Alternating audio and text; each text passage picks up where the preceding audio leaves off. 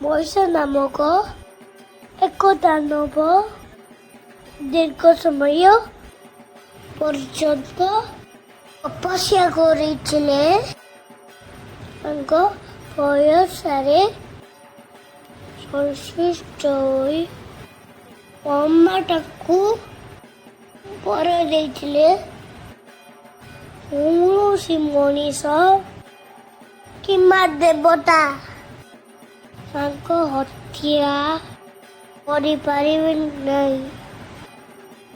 ଏହି ବରର ଶକ୍ତିରେ ମହିଷା ଦେବତାମାନଙ୍କୁ ଆକ୍ରମଣ କଲେ ଏବଂ ସର୍ବଥକ କଲେ।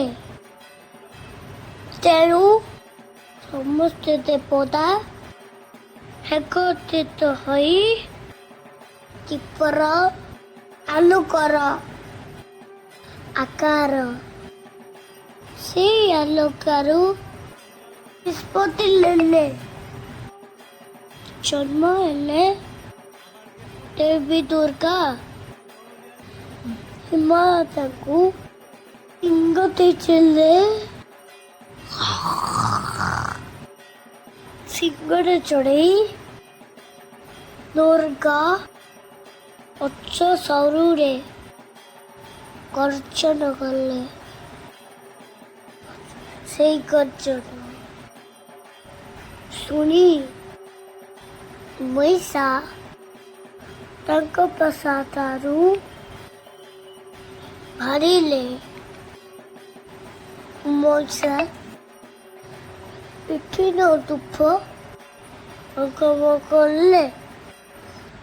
ପାଳନ କରି ଏକ ମହିଷୀ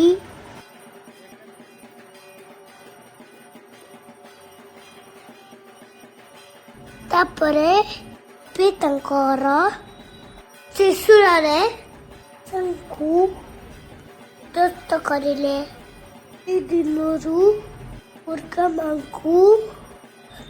ମାଙ୍କୁ ପୂଜା କରାଯାଉଛି। ଜୟ ମା ଦୁର୍ଗା।